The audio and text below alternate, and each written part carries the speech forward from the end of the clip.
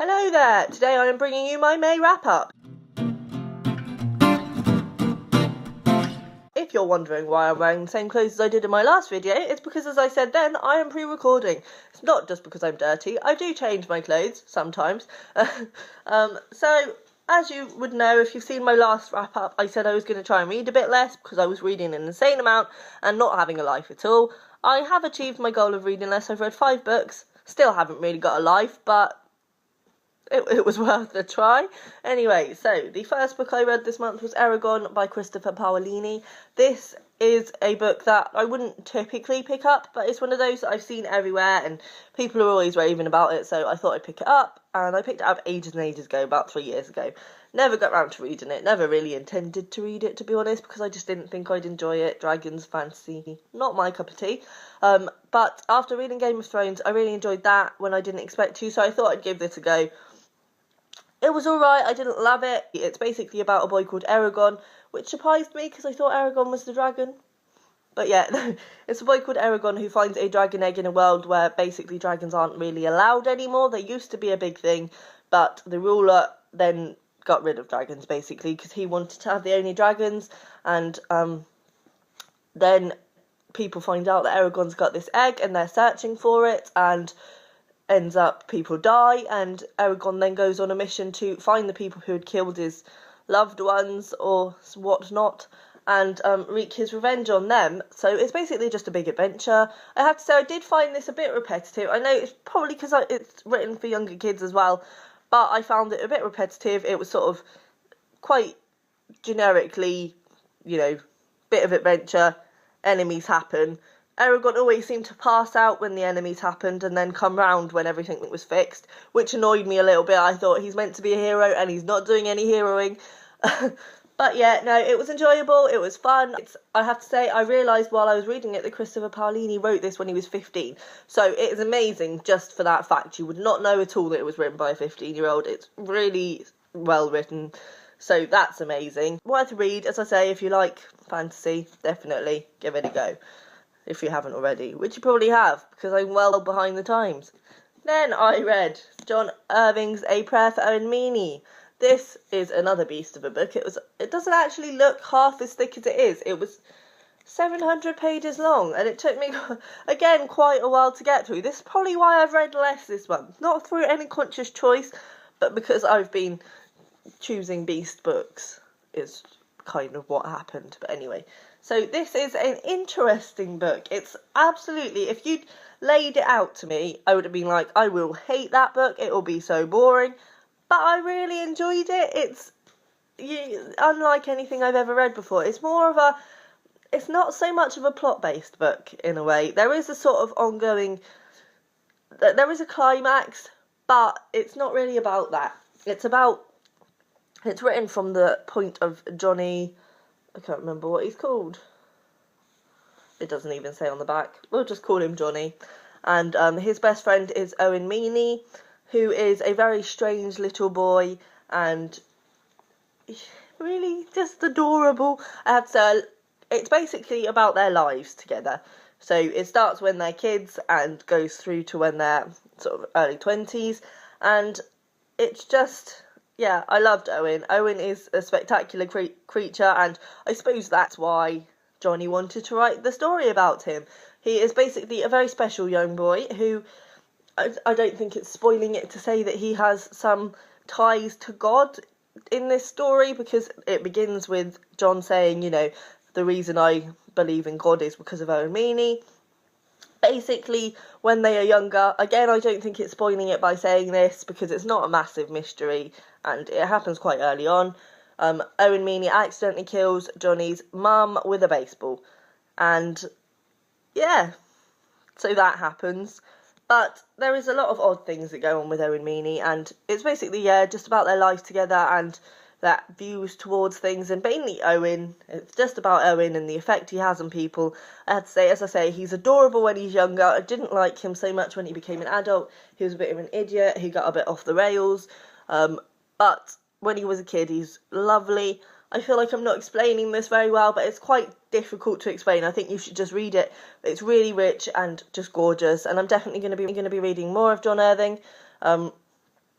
But the only issue I had with this was that it was slightly unrealistic, and I'm finding that people's reactions to things in novels, especially more literary novels, they're always quite unrealistic. I mean, in real life, fair enough, it was an accident that Owen killed John's mum, but they were kids. I think they were about 11 at the time, so John would have hated Owen. He never even, Owen apologised, but it was never an issue between them, really.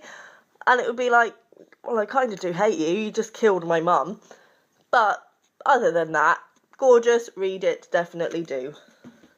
Then I read Splint by A.G. Howard. I've already done a review of this, I will link it down below. Enjoyed it, recommend it, read it. Then I read Jane Austen's Pride and Prejudice. Now, I hate classics, generally, as a rule. I feel that's a bit of a strong word, hate, but I just genuinely don't enjoy them. I find them quite wordy, quite dull, quite difficult to get through. I've had this for years, as you can see. It's just a bit of a tattered, I might get a new one, to be honest. And it's a really hideous cover. I mean, I think that's meant to be Elizabeth, but she doesn't exactly look great there, does she? No. Although, to be fair, she's not meant to be pretty, so... But, yes, I have been putting this off for a long time, and I've only ever read one Jane Austen, which is Emma. I didn't hate Emma, but I didn't love it, and it was quite a chore to get through. I have to say, having read this, I do think I won't necessarily be reading another Jane Austen, because I think her plots are pretty much the same. Just a hunch, But I have to say I loved this. It's the first classic I've read that I couldn't put down, and I just whizzed through it. I just wanted to know what happened. The end was an anticlimax for me, but I feel like in the will they, won't they situation, the end's going to be an anticlimax either way, so I could forgive her for that. But other than that, it's really easy to read. Once you get into the language of it, which isn't too oldie-weldy, like it's not insanely hard to see and read, and it's not too dense, it's quite easy. I think the good thing about Jane Austen is she's got a sense of humour, and I think that makes all the difference. It makes it a lot easier to read. Basically, for those who don't know and have been living under a rock, this is about Elizabeth Bennet and Mr. Darcy. It is basically... It's all about, society in the olden days and marriage, and it's a family of 5 sisters, and their mum is trying to sort of marry them off to some men, and Mr. Darcy comes along, and everybody thinks he's rude and arrogant, but actually he's just a simmering beast of a man. No, he's just quite shy and reserved, and people misinterpret that, and basically it's the old Elizabeth hates him, and then, stuff happens.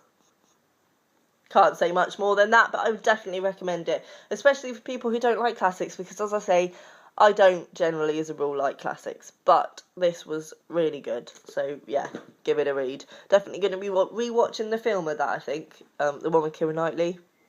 But as I say, reading it, Elizabeth isn't meant to be pretty. Keira Knightley happened pretty. Films.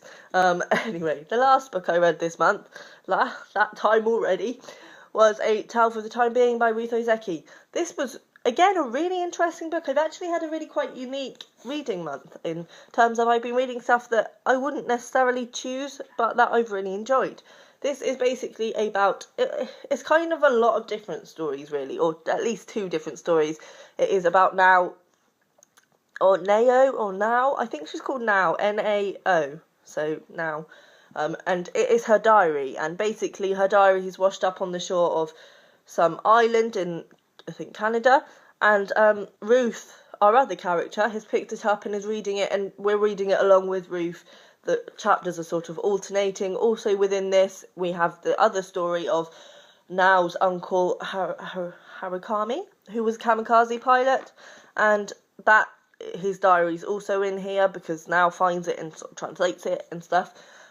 It's really a unique story. There's a lot of Buddhist stuff in here because Now, her original idea was to write about her great grandmother Jiko. I only read this last night and I can't remember the names already. Shameful. Jiko, and her great-grandmother is a nun in a Buddhist temple, and so she's trying to sort of pass on what she's learnt from her, hence A Tale for the Time Being, and it starts with I Am a Time Being, and it's just, yeah, it's lovely. I have to say, the end baffled me a little bit, didn't quite understand what they were getting at, but I enjoyed it generally. It's really good fun. It's quite an interactive book because we're reading along with Ruth, and as we're reading along, there's sort of Ruth little annotations at the bottom, and at the back there's appendixes which we are referred to throughout the book at the appropriate times.